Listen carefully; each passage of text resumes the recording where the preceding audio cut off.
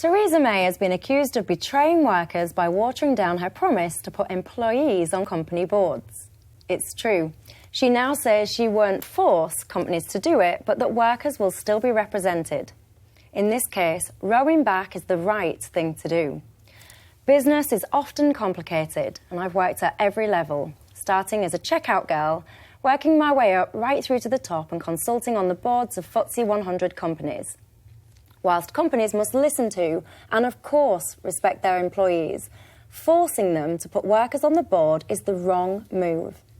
Often, the strategic direction of a company is sensitive and will involve change. If I, as a checkout girl, was on the board, I would most certainly have voted to avoid the introduction of self-checkouts. Sometimes, tough decisions need to be made to allow businesses to be competitive and to allow them to survive. On this issue, I applaud Mrs May for having the courage to backtrack.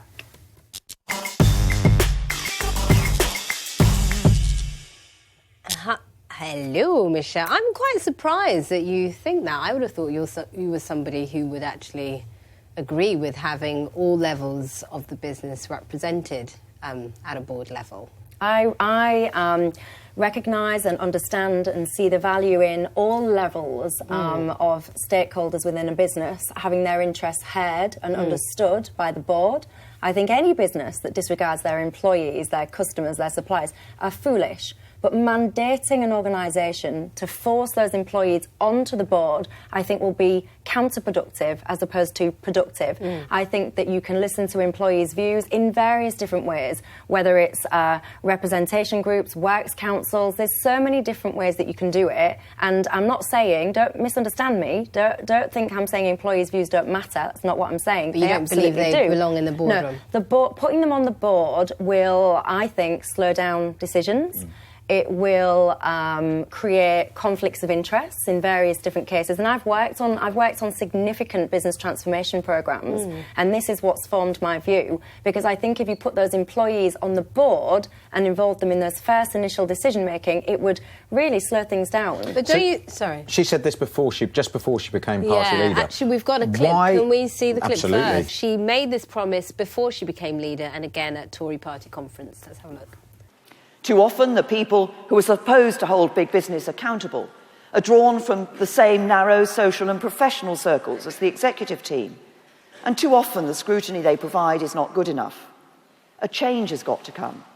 So later this year, we will publish our plans to have not just consumers represented on company boards, but workers as well.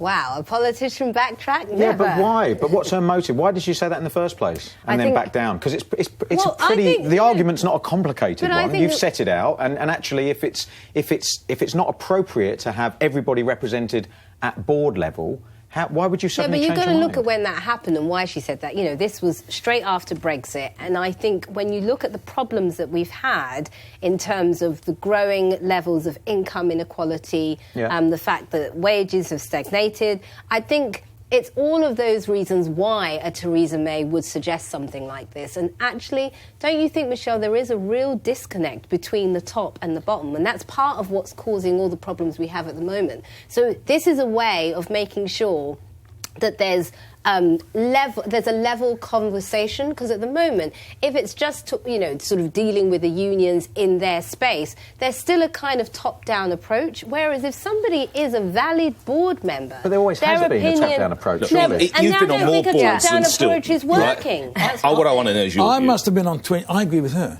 I must have been on 20 boards, right? Yeah. And including a board in Germany where there was another board that had the workers. Yeah, they have a two-tier system, just for those people that don't know. The trouble is, once you start, and this is the problem with the FA board, why the FA board doesn't work very effectively, is that they're all there representing someone else. Instead of being independent and making proper decisions for the interests of the whole game, they're actually representing the Premier League, the Football League, the counties, and that's the real problem, and they've got a majority. But the moment you put a workers' representative on the board, what's going to happen is that the board will meet somewhere else. Split. Yeah. They'll meet somewhere else. The decisions will be taken somewhere else. Bad luck, Greg. You and I agree. For the first time in the series, I think. The decisions will be taken somewhere else. Problem, Therefore, Greg. no, it's perfectly valid, I think, to say the problem. we want an independent non-executive director whose job it is to make sure the workers' views are represented and talks to all sorts of people. I think that's a really good idea. So that but I think the idea of having an elected member, probably a trade unionist on the board, is that all they'll do is they'll look at where their electorate, what's their electorate, and how do they keep them happy, and that's not the job of a board. And also, if you're trying to deal with issues of pay gap and the disparity between the haves and the have-nots, then what you have to do is you have to deal with that issue specifically. You don't do it in a round-the-houses way and then backtrack on it. I would argue that happens when everybody is at an equal position and you have a constant flow of dialogue. I couldn't better, Greg, and I don't wish to... I think your example was a very good one, because you never would get automated checkouts, checkout number one or whatever they're called, if you'd gone up as someone who was working on that. And the other thing, and I don't mean this in a derogatory way, there will be so much held at a level that they possibly won't know, a reverse takeover.